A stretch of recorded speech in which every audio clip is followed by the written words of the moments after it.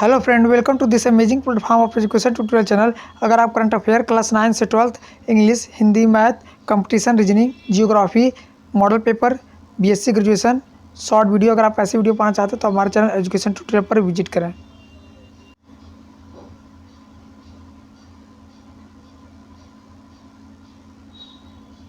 देखिए फ्रेंड, आज का हमारा पहला प्रश्न क्या है कि प्रतिवर्ष विश्व ब्रेल दिवस कब मनाया जाता है। तो प्रतिवर्ष विश्व ब्रेल दिवस ये 4 जनवरी को मनाया जाता है। लुईस ब्रेल की जयंती है, मतलब जयंती आप लोग जानते हैं जयंती कब मनाया जाता है, जब जिस दिन जिसका जन्म हुआ रहता है और उसके मर जाने के बाद उसी जन्मदिन के रूप में उसका जयंती मनाया जाता है। तो लुई ब्रेल की जयंती है और इनका जन्म 1824 में हुआ था, 4 जनवरी 1824 को। और ब्रेल लिपि का उपयोग दृष्टिबाधित लोग करते हैं। मतलब ब्रेल दिवस ये चर्चा में क्यों रहता है, क्योंकि जो ब्रेल लिपि है उसका उपयोग दृष्टिबाधित लोग करते हैं पढ़ने के लिए। ठीक है, ये फ्रांस के रहने वाले थे जो ब्रेल थे, लुई ब्रेल, ये फ्रांस के रहने वाले थे और 2018 से ये दिवस मनाया जाता है। मैं उनकी फ़ोटो दिखा दे रहा हूँ। यही फ्रेंड है लुई ब्रेल। और देखिए ये जो दृष्टिबाधित लोग होते हैं वो लोग अल्फ़ाबेट को इस तरह कुछ पढ़ते हैं, कोडिंग के रूप में लिखा जाता है। अगला प्रश्न देखिए, 9 जनवरी को क्या मनाया जाता है। तो 9 जनवरी को भारतीय प्रवासी दिवस मनाया जाता है। प्रवासी भारतीय दिवस 9 जनवरी को मनाया जाता है। क्यों मनाया जाता है? क्योंकि इसी दिन ही महात्मा गांधी साउथ अफ्रीका से भारत लौटे थे। अगला प्रश्न देखिए, 23 जनवरी को क्या मनाया जाता है। तो 23 जनवरी को पराक्रम दिवस के रूप में मनाया जाता है, 23 जनवरी को, और सुभाष चंद्र बोस के जन्मदिन पर। अगला प्रश्न देखिए, 24 जनवरी ये राष्ट्रीय बालिका दिवस, ये 24 जनवरी को ही मनाया जाता है, राष्ट्रीय बालिका दिवस। आगे देखिए, 25 जनवरी को क्या मनाया जाता है। तो 25 जनवरी को राष्ट्रीय मतदाता दिवस मनाया जाता है, 25 जनवरी को। और चुनाव आयोग की स्थापना भी 25 जनवरी को ही हुई थी। तो 25 जनवरी को राष्ट्रीय मतदाता दिवस मनाया जाता है। देखिए फ्रेंड, मैं ये अंडरलाइन कर दिया हूँ, ये तीनों डेट बहुत ही महत्वपूर्ण है। 23 जनवरी को पराक्रम दिवस मनाया जाता है सुभाष चंद्र बोस के जन्मदिन पर, 24 जनवरी को राष्ट्रीय बालिका दिवस मनाया जाता है, और 25 जनवरी को राष्ट्रीय मतदाता दिवस और चुनाव आयोग की स्थापना इसी दिन हुई थी। अगला प्रश्न देखिए, जिला सुशासन सूचकांक स्थापित करने वाला पहला केंद्र शासित प्रदेश होगा। तो जिला सुशासन सूचकांक स्थापित करने वाला पहला केंद्र शासित प्रदेश ये जम्मू कश्मीर होगा। और इसका उद्देश्य क्या रहेगा कि प्रशासन के अंदर पारदर्शिता को बढ़ाना और जवाबदेहिता लागू करना। अगला प्रश्न देखिए, गुड गवर्नेंस डे कब मनाया जाता है। तो गुड गवर्नेंस डे ये 25 दिसंबर को मनाया जाता है, अटल बिहारी वाजपेयी के जन्मदिन पर। आगे देखिए, सतर्क ऐप और प्रूफ ऐप। सतर्क ऐप और प्रूफ ऐप ये दोनों ही जम्मू कश्मीर में लागू हुए, सतर्क ऐप और प्रूफ ऐप, और ये दोनों का उद्देश्य भ्रष्टाचार को रोकना है। अगला प्रश्न देखिए, सुशासन सूचकांक कौन जारी करता है। तो जो सुशासन सूचकांक है वो नीति आयोग के द्वारा जारी की जाती है। और नीति आयोग के अध्यक्ष कौन है। तो पीएम नरेंद्र मोदी। राष्ट्रीय उद्यान के बारे में हम देख लेते हैं। दाजिंगम राष्ट्रीय उद्यान ये कहाँ पर है। तो ये दाजिंगम राष्ट्रीय उद्यान जम्मू कश्मीर में है। यही है फ्रेंड दाजिंगम राष्ट्रीय उद्यान, जो कि जम्मू कश्मीर का है, दाजिंगम राष्ट्रीय उद्यान। आगे देखिए, नामदफा राष्ट्रीय उद्यान। तो नामदफा राष्ट्रीय उद्यान ये अरुणाचल प्रदेश का है, नामदफा राष्ट्रीय उद्यान। ये देखिए यही फ़ोटो है नामदफा राष्ट्रीय उद्यान, जो कि अरुणाचल प्रदेश का है, नामदफा राष्ट्रीय उद्यान। अगला प्रश्न देखिए, 1 जनवरी 2022 को कौन सा हाई कोर्ट देश की पहली पेपरलेस अदालत बनी है। तो वो कौन सा हाई कोर्ट है भारत का जो पहली पेपरलेस आधारित अदालत बनी है। तो है केरल उच्च न्यायालय। केरल उच्च न्यायालय, आप लोग नाम याद रखिएगा। और अगला प्रश्न देखिए, मैं आपको फ़ोटो दिखा दे रहा हूँ केरल उच्च न्यायालय की। ये रहा केरल उच्च न्यायालय, हाई कोर्ट ऑफ केरल। चलिए फ्रेंड, उससे रिलेटेड हम कुछ और प्रश्न कर लेते हैं। तो भारत की पहली महिला न्यायाधीश कौन है। तो है अन्ना चांडी ये भारत की पहली महिला न्यायाधीश है। कहाँ की? केरल हाई कोर्ट की ये भारत की पहली महिला न्यायाधीश है, अन्ना चांडी।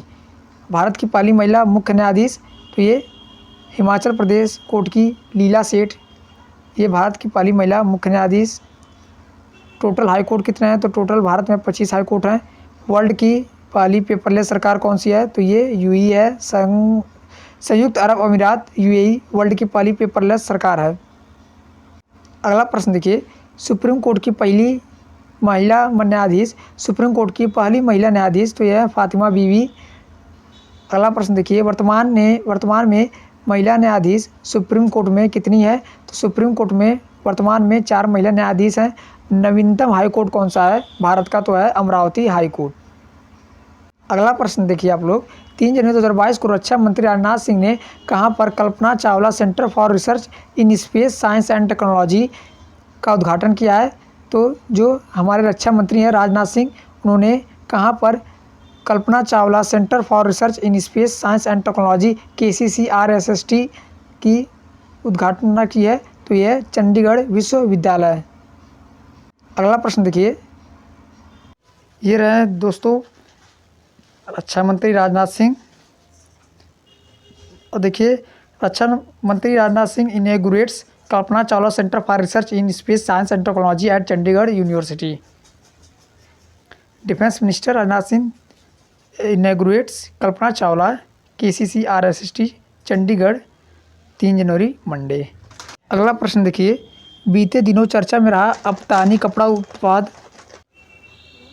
ये फ्रेंड देखिए, अफतानी कपड़ा उत्पाद ये किस राज्य से संबंधित है? तो जो अफतानी कपड़ा उत्पाद है उसके बारे में हम पहले जान लेते हैं और देखते हैं। देखिए फ्रेंड, जो अफतानी कपड़ा उत्पाद है वो GI टैग की मांग कर रहा है, जो कि अरुणाचल प्रदेश राज्य में है। मतलब अरुणाचल प्रदेश राज्य अफतानी कपड़ा के लिए GI टैग की मांग कर रहा है।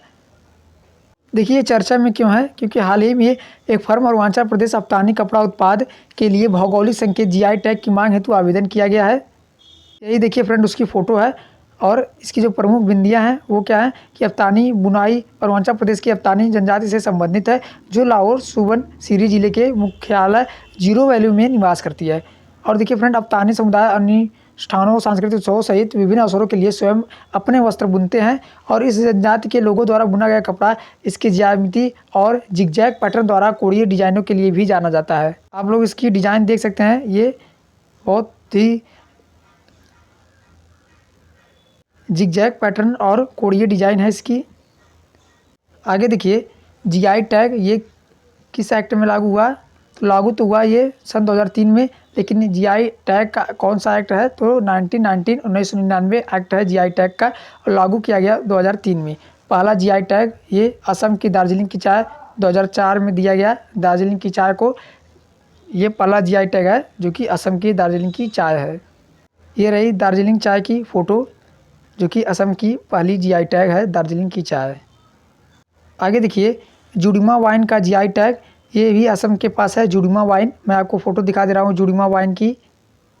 ये रहा जुडिमा वाइन, ये भी असम का ही GI टैग है। जुडिमा वाइन, वाइन मतलब ये शराब है। देखिए फ्रेंड, वाड़ा कोलम और सफ़ेद प्याज़ा ये महाराष्ट्र को मिला है GI टैग। वाड़ा कोलम और सफ़ेद प्याज़ा। उत्तर प्रदेश के गोरखपुर को टेराकोट का GI टैग मिला है।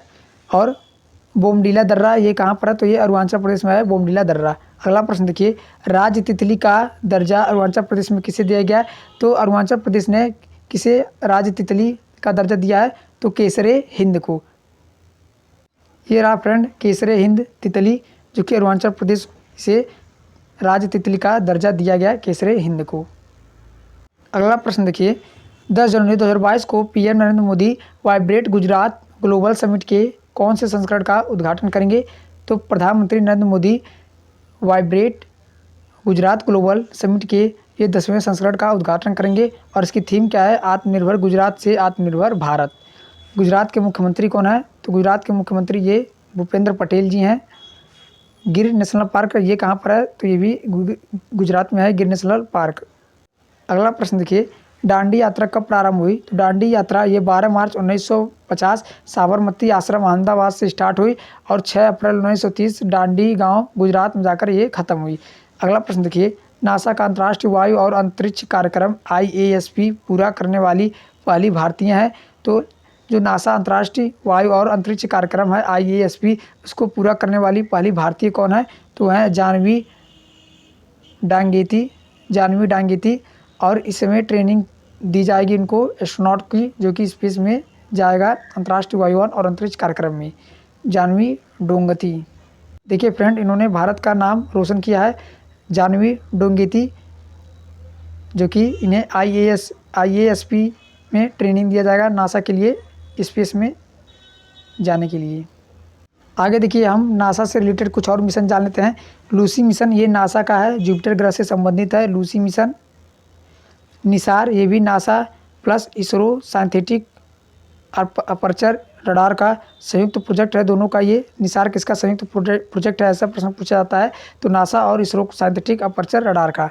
पार्कर सोलर प्रोब मिशन, तो पार्कर सोलर प्रोब मिशन ये नासा का है, जो कि सूर्य के जो बाहरी मंडल होता है कोरोना जिसे कहते हैं, उसमें ये जाएगा पार्कर सोलर मिशन। अगला प्रश्न देखिए, दुनिया की सबसे लंबी मेट्रो लाइन का उद्घाटन कहाँ किया गया। तो दुनिया की सबसे लंबी मेट्रो लाइन का उद्घाटन ये एशिया की सबसे लंबी नहीं बल्कि दुनिया की सबसे लंबी मेट्रो लाइन है। और ये फ्रेंड किस देश का है, तो ये जो दुनिया की सबसे लंबी मेट्रो लाइन का उद्घाटन किया गया ये चाइना में किया गया है, चाइना के शंघाई शहर में, जो कि 831 किलोमीटर लंबी है। ये वर्ल्ड की सबसे लंबी मेट्रो लाइन प्रोजेक्ट है। और देखिए फ्रेंड, जो एशिया है, एशिया की सबसे लंबी नदी कौन सी है, तो यांग टीसी नदी है। इसके किनारे शंघाई शहर बसा है, मतलब शंघाई शहर जो है, जो एशिया की सबसे लंबी नदी है यांग टीसी, उसके किनारे बसा है ये शंघाई शहर। और एससीओ का मुख्यालय कहाँ पर है, तो एससीओ का मुख्यालय है आपका चाइना बीजिंग।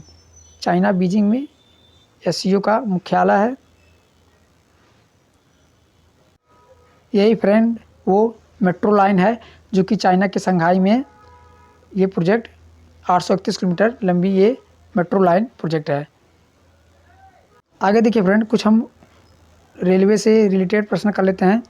कौन सी मेट्रो रेलवे जोन में शामिल है, कौन सी मेट्रो रेलवे जोन में शामिल है, तो वह है कोलकाता मेट्रो। रेलवे बोर्ड के अध्यक्ष कौन है, तो रेलवे बोर्ड के जो अध्यक्ष है वो है विनोद त्रिपाठी जी, ये रेलवे बोर्ड के अध्यक्ष हैं। थ्री जॉर्ज बांध किस नदी पर स्थित है, ये आप नाम याद रखिएगा, थ्री जॉर्ज बांध, तो ये भी यांग टीसी नदी पर स्थित है। यांग टीसी नदी जो कि एशिया की सबसे लंबी नदी है, और विश्व की जो सबसे लंबी नदी है वह आपका नील नदी है, नील नदी है। आगे देखिए, चीन का शोक किस नदी को कहा जाता है, तो हवांगो नदी, जिसे हम येल्लो रिवर कहते हैं, उसे चीन का शोक कहा जाता है। अस्वान बांध मिस्र में है, अस्वान बांध जो कि नील नदी के ऊपर है। आगे देखिए, 3 जनवरी 2022 को सावित्रीबाई फुले को देश भर में श्रद्धांजलि अर्पित की गई, इसके संबंध में कौन सा कथन सही है। तो देखिए फ्रेंड, जो ये सावित्रीबाई फुले हैं उनको देश में श्रद्धांजलि अर्पित की गई। इनका प्लेग के कारण, एक प्लेग बीमारी के कारण इनका निधन हो गया। और ये इनके संबंध में कौन सा कथन सही है, तो देखिए फ्रेंड, 3 जनवरी 1831 में सतारा महाराष्ट्र में इनका जन्म हुआ था सावित्रीबाई फुले का। और ये भारत की पहली महिला टीचर हैं, मतलब भारत की पहली महिला अध्यापक हैं सावित्रीबाई फुले।